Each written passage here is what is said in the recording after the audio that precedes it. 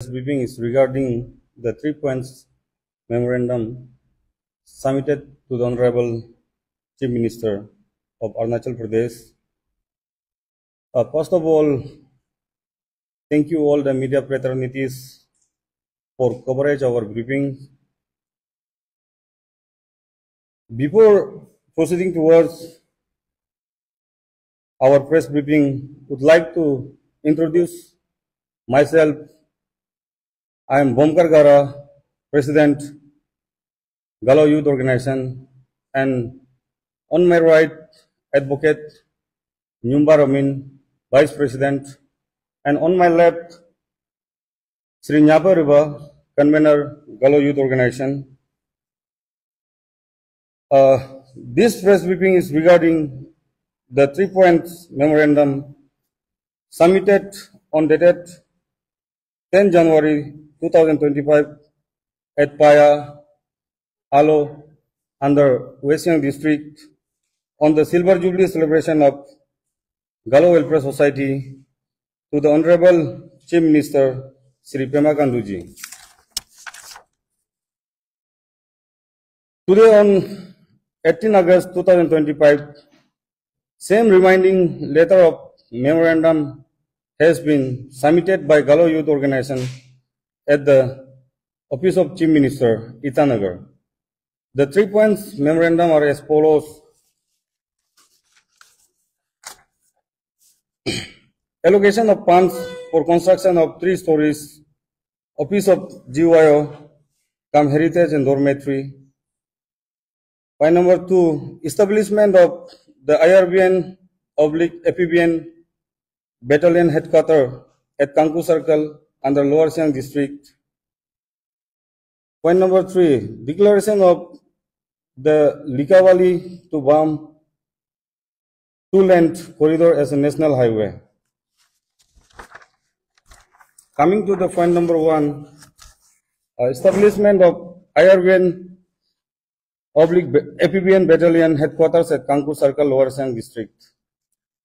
मैं आप सभी को बताना चाहूँगा कि Kangku circle is the one of the oldest circle of Lower Siang district. आप सभी को पता है कि कांकू सर्कल जो कि लोअर सियांग डिस्ट्रिक्ट में पड़ता है और लोअर सियांग डिस्ट्रिक्ट का मैक्सिमम जो एरिया है वो असम का साथ बॉर्डरिंग शेयर करता है. तो कांकू सर्कल में प्रीवियसली ऐसे बहुत सा इंसिडेंट हुआ था. आप सभी को पता है कि आपका इनफेमस तोराजन इंसिडेंट को भी आप लोगों को पता है. वह जबकि आपका असम का 2 लाइफ लॉस्ट हुआ था. तो हम लोग गवर्नमेंट से ये उम्मीद करता हूँ कि कांकू सर्कल पे अगर IRBN या APBN का बैटालियन हेडक्वार्टर वहाँ इस्टेब्लिशमेंट करता है तो वहाँ का पब्लिक के लिए एक सिक्योरिटी रीजन में भी सिक्योर होगा. उसके बाद कांकू सर्कल में आपका पॉपुलेशन है कि 5350 पॉपुलेशन है अप्रोक्सीमेट. उसके बाद 25 to 30 विलेजेस है कांकू सर्कल.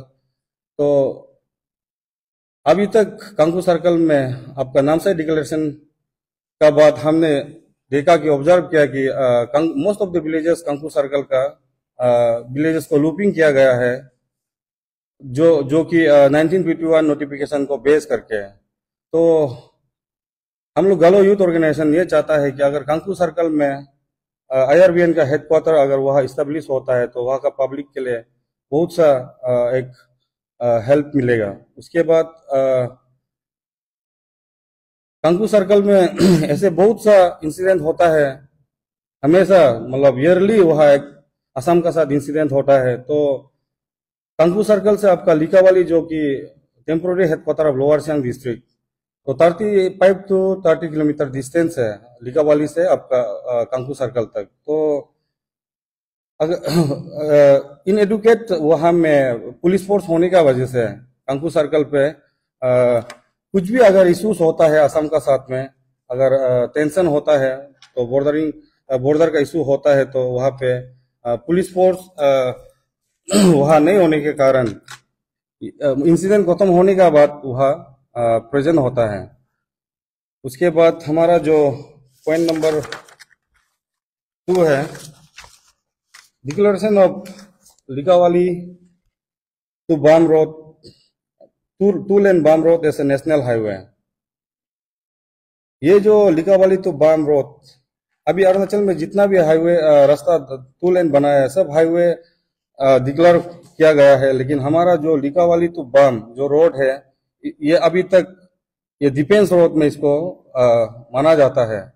अभी तक वहाँ हाईवे का नंबर भी नहीं है। तो मेरा ऑनरेबल चीफ मिनिस्टर से दरख्वास्त ये है कि इसको आप ministry of road transport and highway को इनिशिएट करके जल्द से जल्द इसको हाईवे डिक्लेरेशन करना चाहिए, क्योंकि ये जो रोड SARDP यानी का पैकेज से बनाया गया था, और अभी इसको NHIDCL इसको मॉनिटरिंग कर रहा है, और जो मेंटेनेंस चल रहा है तो NHIDCL ही इसको देख रहा है। तो ये रास्ता जो एक ओरपेन की तरह, इसका ना कोई माँ है ना माई बाप है, इसका कोई मतलब वो नहीं है, इसको लुक आफ्टर करने के लिए कोई नहीं है। तो ये जो रास्ता है, क्या आपका लिकावाली टू बाम जो रास्ता है, ये 7 डिस्ट्रिक्ट को कनेक्ट करता है। आपका Leparada, Lower Siang, West Siang, Siyomi, Siang, Upper Siang and Upper Subansiri.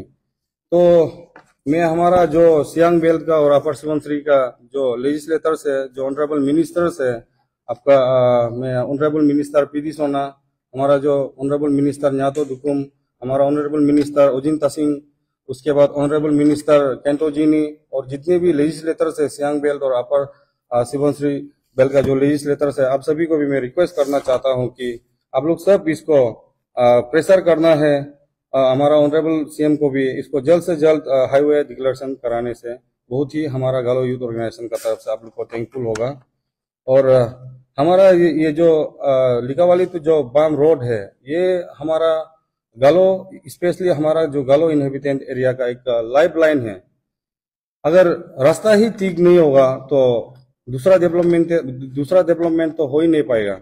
इसके लिए मैं हमारा जो स्पेशली पीडी सोना सर को भी, ऑनरेबल मिनिस्टर पीडी सोना सर को भी मैं रिक्वेस्ट करना चाहूंगा कि आपका सियोमी डिस्ट्रिक्ट एक टूरिज्म प्लेस है, तो आपका रास्ता ठीक होगा तो आपका विजिटर्स आके आपका डिस्ट्रिक्ट में जो सियोमी जो कि मिचुका, जो कि हमारा अरुणाचल का एक बहुत ही माने सुंदरता एक प्लेस है, तो इसको एक्सप्लोर करने के लिए, यहाँ इसका नेचुरल ब्यूटी को एक्सप्लोर करने के लिए, अभी टूरिस्ट आने के लिए, आना जाना करने के लिए इतना रास्ता दिक्कत है, तो इसको आप लोग काइंडली नेशनल हाईवे में डिक्लेयर कर दीजिएगा बोल के मैं अपील करता हूँ।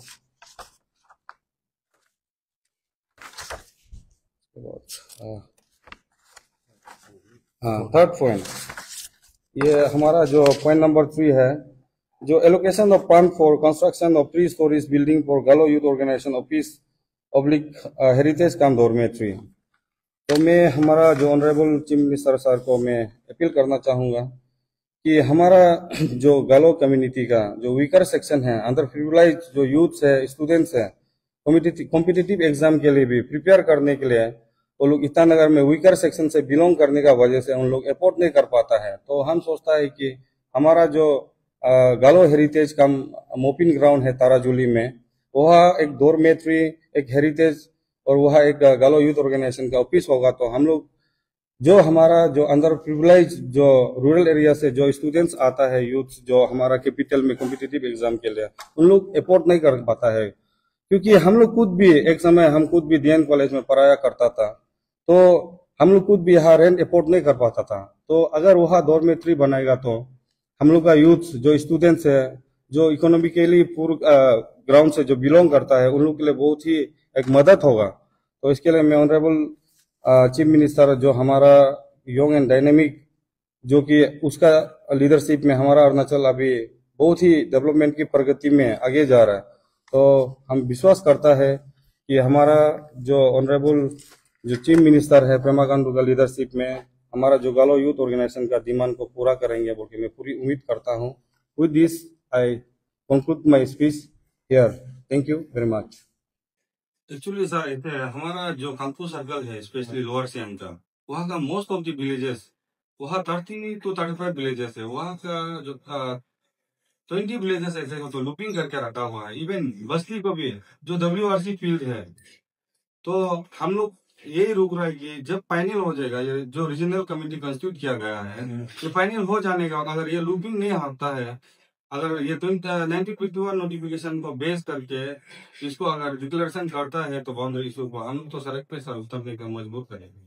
लोकल एमएलए का कहना है कि ये वो यहाँ आने से पहले ही इसको मतलब फाइनल करके रखा गया है, तो बता रहा था। उसके बाद जो रीजनल कमेटी का चेयरमैन है हमारा जो ऑनरेबल मिनिस्टर केंदू जी ने सर, उसका कहना है कि अभी सिर्फ जाके वहाँ वोट करना है, ऑलरेडी फाइनल है बोले। तो हम लोग का जो पानी खेती है, जो हमारा बस्ती है, उसको तो लूपिंग करके रखा हुआ है। अगर किसी बेस पे फाइनल करता है तो सर हम लोग तो रिग्रेस डेमोक्रेटिक मूवमेंट करने के मजबूर हो जाएंगे। फाइनली है, हाँ। इसमें कितना विलेज जा रहा है आप लोग का? आपका ऑलमोस्ट 20 विलेजेस तो जा रहा है, 35 विलेज में से 20 to 35. Yes sir. नहीं सर, 30 to 35 विलेजेस है अप्रोक्सीमेटली।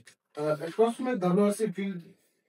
हेक्टर्स में तो सर 20,000 स्क्वायर मीटर समथिंग। ये सर असम का तरफ से लूपिंग किया गया था मैच में, असम का तरफ। इसके लिए वो लोग इनिशिएटिव अभी नहीं ले रहा है इसका बारे में, बाउंड्री का बारे में।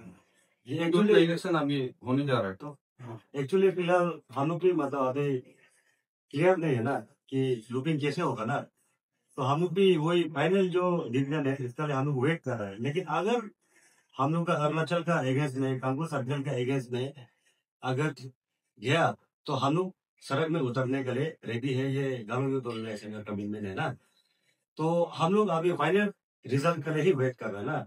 अभी जो भी डिसीजन जो भी ले रहे हैं वो हम लोग अभी क्लियर कट नहीं बता रहे कैसे होगा ना।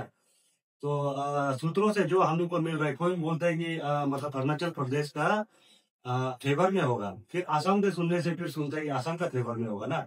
तो क्लियर कट अभी तक कुछ भी फाइनल डिसीजन नहीं है, हम लोग भी वेट कर रहे हैं।